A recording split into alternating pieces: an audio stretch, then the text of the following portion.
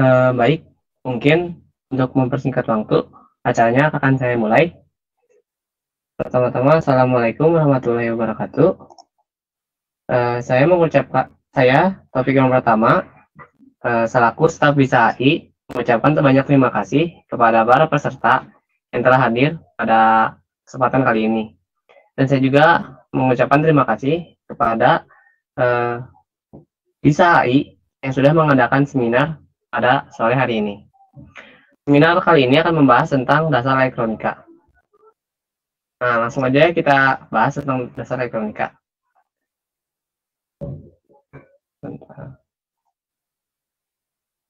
Nah, dasar elektronika ialah ilmu yang mempelajari arus listrik lemah yang dioperasikan dengan cara mengontrol aliran elektron atau partikel bermuatan listrik dalam suatu alat seperti komputer, perangkat elektronik, semikonduktor, atau yang lainnya. Nah, komponen elektronika ini dibagi menjadi dua jenis. Itu ada komponen aktif dan komponen pasif. Nah, kita akan bahas aja dulu langsung ya ke komponen aktifnya. Nah, komponen aktif. Komponen aktif adalah komponen elektronika yang memerlukan arus eksternal untuk dapat beroperasi. Nah, maksudnya arus eksternal itu adalah arus listrik. Jadi, si komponen ini harus diberikan arus listrik AC ataupun DC untuk dapat bekerja gitu. Nah, berikut adalah contoh dari komponen aktif ya. Nah, yang pertama ini ada dioda. Dioda adalah komponen elektronika aktif yang berfungsi untuk menghantarkan arus listrik ke arah dan menghambat arus listrik dari arah sebaliknya. Nah, jadi dioda ini kan memiliki dua kaki. Kakinya itu kaki anoda dan kaki katoda. Nah, jika arusnya diberikan tepat, pemberian arusnya, misalnya positifnya ke anoda dan negatifnya ke katoda, maka arus itu akan mengalir. Gitu. Kalau misalnya sebaliknya, arus itu tidak akan mengalir soalnya terhambat dan beda kutubnya gitu beda. Nah, jadi tidak akan terhambat. Nah, dioda ini biasanya digunakan untuk penyarah biasanya. Jadi dioda ini digunakan untuk penyarah dalam suatu rangkaian digital.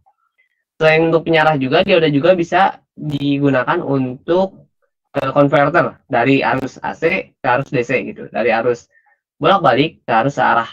Nah, jadi dioda itu kan jadi penyarah gitu. Nah, selain dioda juga ada LED. Ini juga termasuk dalam dioda, tapi LED ini bisa memancarkan cahaya. Nah, LED juga memiliki dua kaki. Itu kaki anoda dan kaki katoda juga. Nah, perbedaan dari kaki LED ini ialah yang panjangnya. Nah, yang panjang itu adalah kaki anoda positifnya, dan yang pendek itu adalah katodanya. Nah, seperti itu. Jadi, selain dioda juga menjadi penyarah, dioda juga bisa menjadi semacam emitting gitu. Terus ada satu lagi jenis dioda, yaitu fotodioda. Nah, kan kalau tadi itu diodanya itu memancarkan cahaya. Nah, kalau fotodioda ini, diodanya ini menyerap cahaya, yaitu cahaya ultraviolet. Nah, jadi fotodioda ini bisa mendeteksi adanya cahaya ultraviolet. Fotodioda juga memiliki dua kaki, yaitu kaki anoda dan katoda. Nah, cara kerjanya itu, si fotodioda itu nantinya akan membaca gitu lingkungan sekitarnya dengan intensitas ultravioletnya. Nanti si arusnya itu akan disalurkan itu. Jadi kan hampir sama seperti LDR, tapi si pembacanya itu ke ultraviolet gitu. Kalau LDR mah kan ke cahaya, kalau misalnya fotodioda itu ke ultraviolet seperti itu. Selanjutnya ada transistor. Nah, transistor adalah alat semikonduktor yang dipakai sebagai gerbang logika dari arus listrik, sehingga arus listrik dapat ditahan atau dilepas tergantung dengan kutub tegangan yang ada di gerbang logika. Nah, jadi transistor ini adalah alat komponen elektronika yang bisa dipakai juga sebagai gerbang logika. Seperti yang kita tahu gerbang logika itu seperti yang AND atau NOT gitu. Nah, gerbang logika ini kalau misalnya lebih umumnya lagi bisa dikatakan seperti relay. Tapi relaynya itu harus memerlukan arus listrik, nah, seperti itu. Nah, di sini kan ada dua jenis. Nah, dua jenis ini memiliki kaki yang sama, yaitu kolektor untuk C, B-nya itu basis, E-nya itu emitter. Nah, ada dua jenis, yaitu NPN dan PNP. Maksudnya NPN ini adalah negatif, positif, dan negatif. Terus yang PNP ini positif, negatif, dan positif. Nah, kalau perbedaannya itu, dari NPN dulu ya. Kalau NPN itu, fungsinya itu, jika C-nya diberikan tegangan negatif, seperti ininya, seperti jenisnya, maka basisnya itu harus diberikan tegangan positif, agar bisa si arusnya dari C itu mengalir ke emitor, seperti itu. Jadi si basisnya itu harus diberi tegangan positif atau tegangan 1 untuk bisa mengalirkan tegangannya ke sini gitu. Nah, seperti itu. Nah, kalau misalnya PNP itu sebaliknya. Kenapa emiternya ada di atas? Karena emiternya itu kan positif. Nah, jadi si basisnya itu harus diberi tegangan negatif. Jadi nanti dari positif ini masuk ke negatif yang sini ke C gitu. Seperti itu kalau misalnya dari transistor. Terus selanjutnya ada komponen pasif. Di komponen pasif ini, pengertian komponen pasif adalah komponen elektronika yang tidak memerlukan arus listrik untuk beroperasi. Nah, jadi komponen pasif ini bisa langsung bekerja gitu. Bukan langsung bekerja, maksudnya tidak memerlukan arus listrik untuk bisa bekerja seperti yang tadi gitu. Kan kalau tadi transistor itu harus ada arus listrik untuk bisa membuka atau menutup gerbang. Kalau misalnya komponen pasif ini langsung bekerja aja gitu, nggak pakai arus listrik gitu. Nah, komponen pasifnya komponen pasif juga tidak bersifat menguatkan, menyarahkan, dan mengubah suatu bentuk energi ke bentuk lainnya. Berikut adalah contohnya ya, contoh dari komponen pasif. Nah, yang pertama resistor. Pasti sudah sering gitu kita lihat resistor ya. Nah, resistor adalah komponen dasar elektronika yang berfungsi sebagai penghambat arus dan tegangan dalam rangkaian agar tidak terjadi lonjakan arus atau jumper. Nah, rangkaian elektronika kalau misalnya nggak ada resistor itu, maka si arusnya itu akan tidak terkendali, dan rangkaian elektronika itu akan mengalami konsleting listrik, yang dimana konsleting listrik itu akan menimbulkan kebakaran. Nah, itu yang menyebabkan misalnya kayak kebakaran rumah-rumah gitu. Oh, kan rumah-rumah itu kan memakai listrik AC, apalagi listrik AC gitu, 220 volt, tegangannya juga sudah besar. Kalau misalnya nggak ada resistor, langsung dari sumber ke sumber gitu, nah maka itu bakalan terjadi konsleting gitu, makanya bahaya gitu. Nah, terus jenis resistor juga ada resistor tetap dengan resistor variabel. Nah, kalau misalnya di gambar ini, itu adalah resistor tetap ya. Bentar. Oh ya, kalau misalnya ada yang ditanyakan, boleh langsung aja di kolom komentar ya. Nah, kita masuk lagi ya. Nah, resistor tetap ini memiliki gelang-gelang. Nah, gelang-gelang ini sebagai penanda dari nilai resistornya. Nah, nilai dari resistor juga yaitu ohm. Nah, bagaimana cara menghitung nilainya? Nah, cara menghitung nilainya itu kita lihat dari gelangnya dulu, dari yang paling kiri sini. Nah, tandanya yang paling kiri itu biasanya itu yang terakhir itu emas, kalau enggak silver gitu. Nah, yang awalnya itu warna-warna. Nah, misalnya ini coklat, hitam, orange, dan emas. Nah, yang coklat pertama itu sebagai angka pertama, yang hitam itu sebagai angkanya kedua, dan yang ketiga itu sebagai pengali, dan yang terakhir itu sebagai toleransi. Misalnya kalau misalnya di sini itu kita membaca yang pertama nih, coklat itu adalah 1, berarti di sini itu 1 gitu. Nah, terus di belakangnya itu kan yang keduanya itu ada hitam, berarti 0. Berarti 1 sama 0 jadi 10 gitu. Nah, terus ada pengalinya itu adalah orange. Kalau orange itu 10 pangkat 3, jadi 1000. Jadi kalau misalnya kita jumlahkan semuanya, 10 kali 1000 gitu. Jadi 10.000. Nah, kalau misalnya yang terakhirnya itu adalah toleransi. Toleransinya itu adalah 5, kalau misalnya emas itu adalah 5%. Jadi toleransinya itu 5%. Gitu. Kalau misalnya mau lebih tahu tentang pembacaan warna, bisa dicari aja tentang gelang warna dari resistor. Itu bakal ada banyak tabelnya dari tabel-tabel warnanya. Nah, terus masuk ke resistor yang variabel. Nah, kalau resistor variabel ini disebutnya potensiometer. Nah, resistor variabel ini hampir sama seperti resistor yang tadi, memiliki nilai tetap juga. Nah, tapi nilainya itu bisa kita ubah-ubah sesuai maksimum dan minimumnya. Misalnya kita ini memiliki 10.000 ohm yang tadi ya. Nah, kita itu misalnya mau ngurangin gitu. Mau ngurangin itu tinggal muterin aja gitu. Muterin aja knob ininya gitu.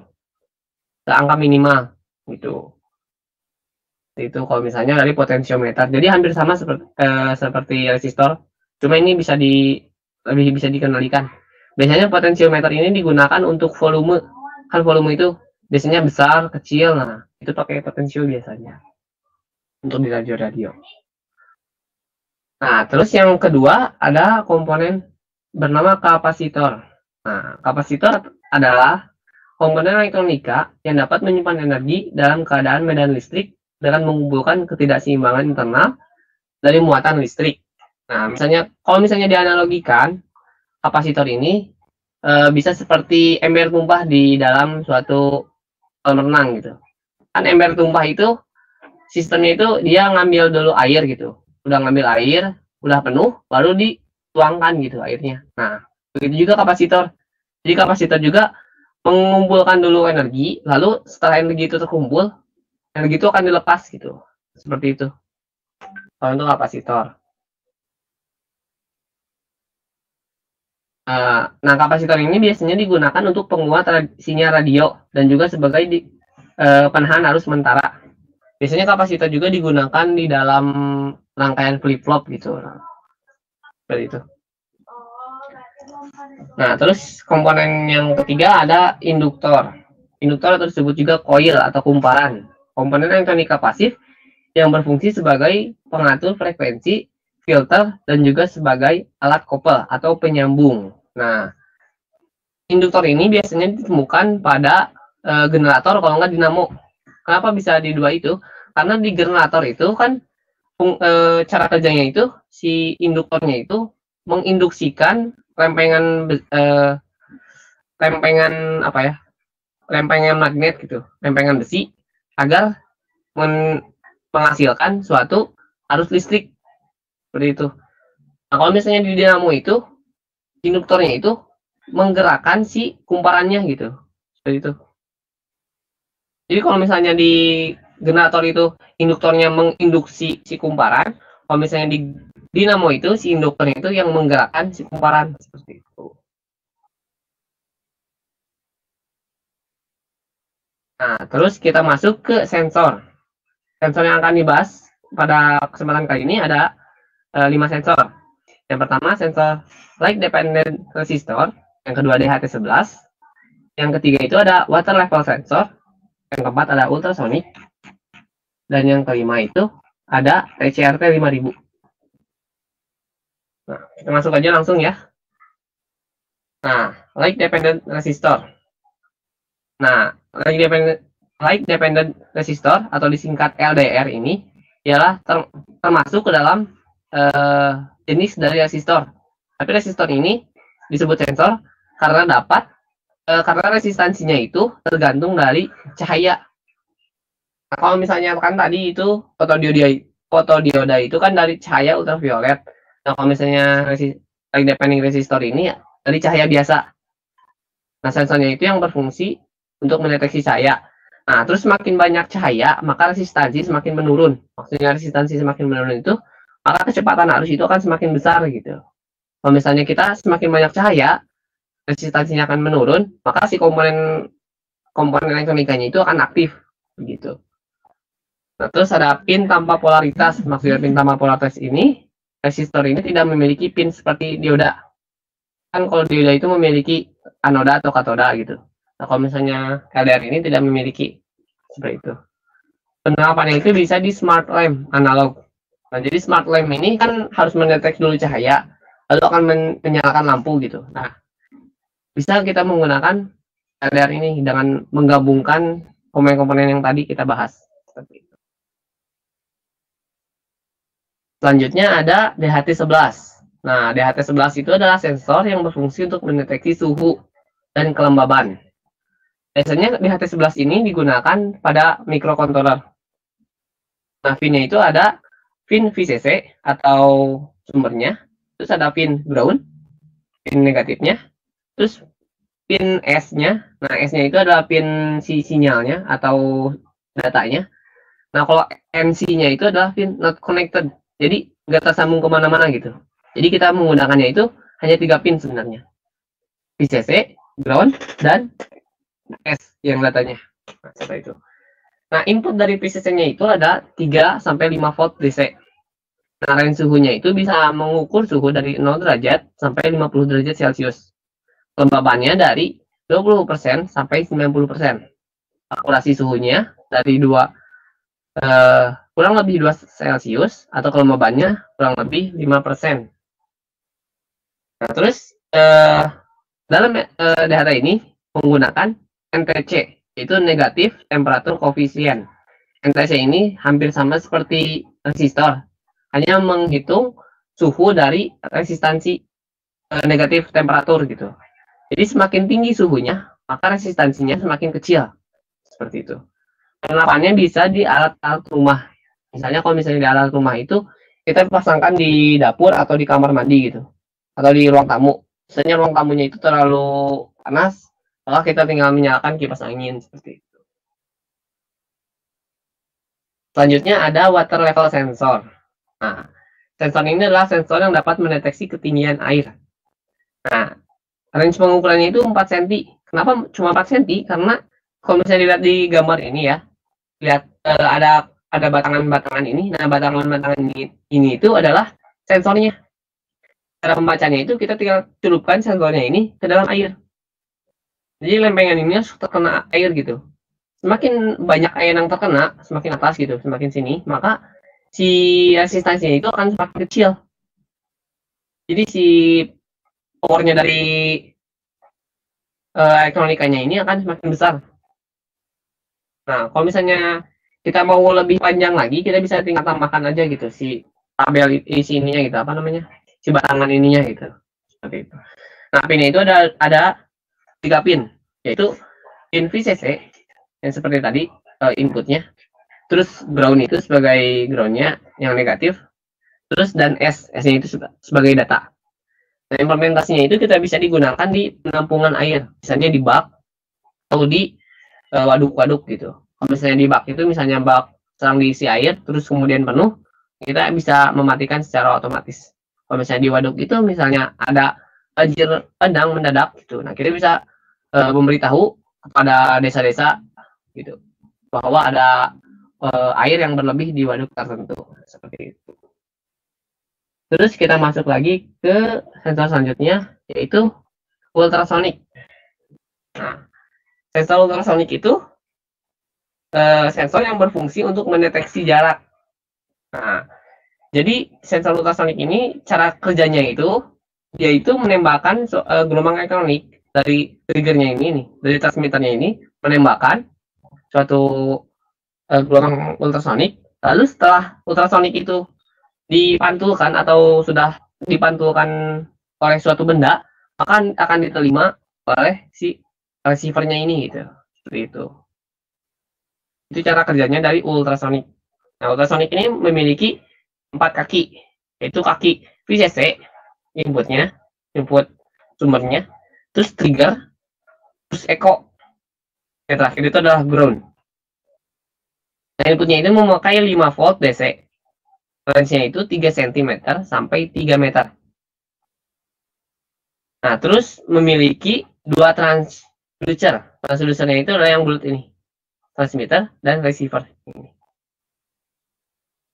Nah, terus transmitter mengirimkan gelombang ultrasonic dan receiver akan menerimanya. Nah, biasanya kalau misalnya ultrasonic ini di penerapannya itu adalah di transportasi lain. Misalnya ultrasonic ini kita gunakan di transportasi itu seperti misalnya di mobil. Kita kan mau parkir mobil nih ya ke belakang gitu.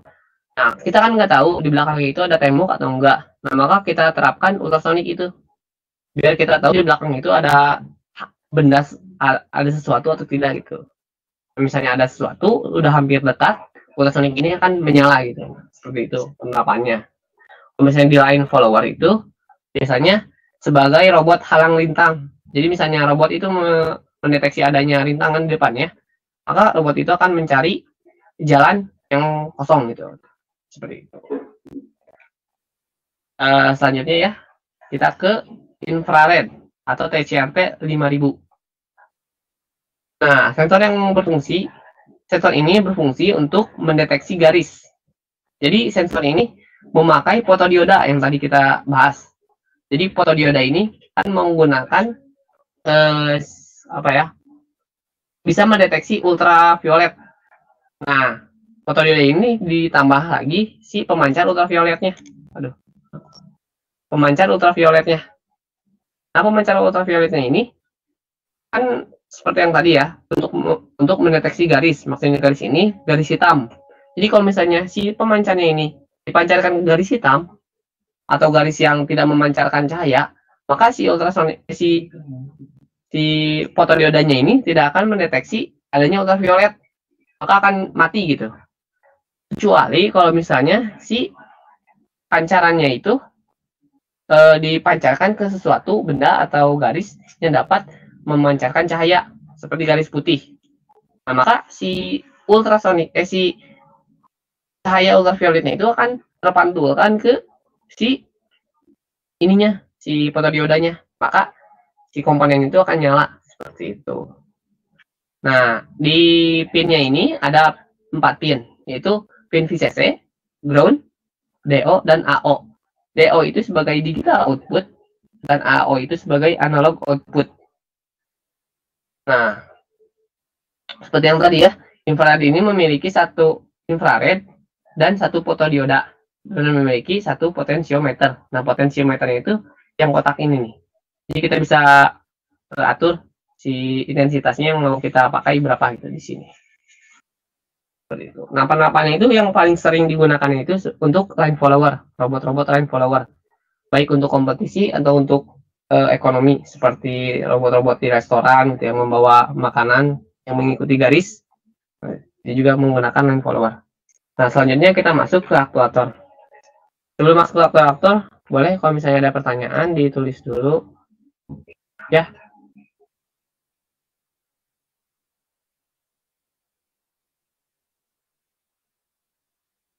Nah, kita masuk aja dulu ya, langsung ke aktuator. Mungkin untuk pertanyaan nanti akan dibahasnya di akhir ya. Kita percepat aja dulu ya. Aktuator. Aktuator adalah sebuah peralatan mekanis untuk menggerakkan atau mengkontrol sebuah mekanisme atau sistem. Nah, jadi si aktuator ini kalau misalnya dianalogikan ke tubuh manusia itu seperti sendi-sendi gitu. Jadi aktuator itu yang menggerakkan. Kalau misalnya sensor itu kan yang menerima, seperti panca indera itu, melihat, mendengar, merasakan. Kalau misalnya aktuator itu sebagai penggeraknya, sebagai sendinya, seperti itu. Kita akan coba masuk ke yang pertama ya. Nah, maksudnya dari sini itu peralatan mekanis untuk menggerakkan atau mengontrol sebuah mekanisme atau sistem tuh kan, sebagaikan sendi pada badan manusia, seperti itu. Yang tadi saya jelaskan. Nah, jenis-jenis aktuator. Jenis-jenis aktuator kita ambil saja ya, 4 jenisnya. Macamnya, yaitu motor DC, yang kedua motor servo, yang ketiga solenoid door lock, dan yang keempat relay. Nah, kita masuk ke motor DC. Motor DC atau direct current berupa suatu mesin yang berfungsi mengubah tenaga listrik arus arah menjadi gerak atau energi mekanik. Bagian utama dari motor DC adalah stator dan rotor, di mana kumparan medan pada motor DC disebut stator, bagian yang tidak berputar, dan kumparan jangkar disebut rotor, itu yang berputarnya gitu. Nah, Terus inputnya itu 12 volt. Inputnya itu harus besar karena membutuhkan energi yang besar untuk menggerakkan satu rotornya gitu. Kenapanya ini untuk di line follower. Kalau di line follower itu sebagai dinamo untuk menggerakkan si bannya. Kalau misalnya di sini itu, kalau misalnya di gambar ini digunakannya sebagai simulasi dari AC, kipas angin di suatu smart home. Kalau misalnya di gambarnya ini. Nah, pinnya itu ada kabel merah dan kabel hitam. Kabel merahnya itu sebagai sumbernya atau inputnya di CC. Nah, kalau kabel hitamnya itu groundnya itu negatifnya seperti itu. Nah, seperti yang tadi kan, komponen itu ada sikat burst yang ini nih. Di sini itu sikat. Terus komutator. Komutator ini yang di dalamnya ini. Terus ada medan magnet. Medan magnet itu yang di luarnya, yang seperti yang tadi untuk induksi yang tadi itu. Nah, terus angker dinamo. Nah, angker dinamonya itu yang di sini, yang diberi medan magnet. Jadi kalau misalnya di medan magnet yang dialiri arus listrik, maka si angker ininya itu akan berputar gitu. Seperti itu. Masuk lagi ya. Nah, terus ada motor servo. Motor servo ini hampir sama seperti motor DC, tapi motor servo ini berputarnya itu tidak selalu berputar gitu, muter terus kayak ban. Kalau motor servo ini muternya itu hanya gear 180 derajat. Jadi hanya 180 derajat gitu si pergerakan motor servonya. Mengapa hanya 180 derajat? Karena si motor servo ini berfungsi berdasarkan konsep lebar sinyal modulasi. Jadi semakin besar sinyalnya, maka si perputarannya itu akan semakin besar derajatnya gitu. Seperti itu. Nah, spesifikasinya itu ada 4,8 volt DC sampai 6 volt DC. Bebannya itu hanya kecil gitu, ringan. Nah, yang kecil seperti ini. Ada lagi yang motor servo yang besar, yang 12 volt atau yang berkilovolt. Nah, itu biasanya digunakan untuk di industri-industri gitu. Nah, pin itu ada kabel merah, kabel hitam atau coklat, sama kabel oranye. Kabel merahnya itu sama seperti yang tadi sebagai sumber. Terus kabel hitamnya itu adalah kabel groundnya, dan kabel oranye itu adalah kabel datanya. Kabel datanya ini disambungkan ke kabel analog. Nah, kenapa disambungkan ke kabel analog? Karena dari analog itu kita bisa melebarkan atau mengecilkan dari sinyal modulasi seperti itu. Penerapannya di robotik, misalnya di robotika kayak misalnya motor servo yang seperti kecil ini ya, misalnya kayak robot yang nari-nari gitu, robot dansa gitu kan, biasanya menggunakan sendi-sendi gitu kan di kaki-kakinya. Nah, itu biasanya menggunakan motor servo. Gitu. Selanjutnya ada solenoid door lock. Nah, ini ada aktuator yang bergerak karena adanya medan magnet. Jadi kalau solenoid ini kalau bisa dipasangkan ke medan magnet, ke sumber, maka si sumbernya itu akan menjadi medan magnet di belakangnya, lalu akan menarik si besinya seperti seperti kunci door lock. Inputnya itu 12 volt. Karena harus membutuhkan si magnet yang besar untuk menarik si besinya itu. Nah, kabelnya itu adalah merah sama biru, yaitu input sama outputnya aja. Terus memanfaatkan cara kerja induksi magnet sehingga pelatut bisa mengunci dan membuka pintu seperti itu. Kenapa itu di smart home, bagian door lock-nya, bagian pengunci pintunya. Jadi kalau misalnya di smart home itu kita menghubungkan ponsel kita ke internet, lalu kita bisa membuka atau mengunci si rumah kita menggunakan HP saja gitu. Dengan yang perangkat yang telah terhubung dalam smart home seperti itu. Ini komponen dari door lock-nya ya, pelanggar atau ada, terus juga ada per atau gaya pegas dan inti besi. Inti besinya itu ini, pernya itu di sini. Per ini digunakan biar si besinya itu kalau tertarik bisa balik lagi gitu. Nah, terus kalau misalnya yang inti besinya itu yang di sini, yang pelanggarnya itu di sini, yang menariknya itu di sini. Seperti itu. Terus yang terakhir ada relay. Relay adalah aktuator yang berfungsi untuk memutuskan atau menghubungkan arus listrik dengan menerima sinyal dari microcontroller. Nah, jadi si aktuator ini fungsinya itu sebagai penutup atau pembuka gerbang arus seperti transistor tadi. Tapi relay ini lebih bagus gitu karena sumbernya itu bisa berbeda dari sumber yang berbeda. Misalnya relaynya itu kita menggunakan 5 volt, tapi si yang saklar yang kita gunakan itu mau sampai 25 volt gitu. Nah, itu bisa gitu. Soalnya di sini kan ada spesifikasi dari si relaynya juga. Tuh, 250 volt AC dan 30 volt DC. Nah, seperti itu. Ini spesifikasinya dari si relay seperti itu. Jadi lebih bagus daripada transistor. Nah, terus memanfaatkan elektromagnetik untuk menarik lempeng besi agar bersentuhan dengan lempeng besi lainnya sehingga listrik bisa mengalir. Ini itu hampir sama seperti yang tadi solenoid door lock. Hanya menarik saja gitu. Nah, kalau ini menariknya itu agar menyambung dengan lempengan baja yang lainnya, besi yang lainnya gitu. Nah, pinnya itu ada 3, ada 5, sorry, maaf, ada 6. Nah, pin modulnya itu yang pertama itu ada di sini. Modulnya itu yang penggeraknya. Itu adalah sinyal, ground, dan VCC. Nah, VCC itu sebagai volt positif, ground itu sebagai negatif, sinyal itu sebagai sinyalnya. Sinyal ini menggunakan sinyal digital, jadi on atau off. Gitu. Ini kita akan lihat ke caranya ya. Nah, jadi pin yang terhubung dengan arus COM. COM-nya itu nih di sini nih. Nah, COM-nya itu kita bisa menggunakan sumber yang berbeda dari yang tadi kita sebutkan nih, yang si relaynya. Misalnya COM ini kita mau pakai 220 volt AC gitu, atau mau pakai 5 volt DC gitu, bebas ini. Nah, terus NC itu adalah normally close. Jadi kalau misalnya si relaynya ini bernilai 0 atau tidak nyala gitu, maka COM ini akan otomatis menyambung ke normally close seperti itu.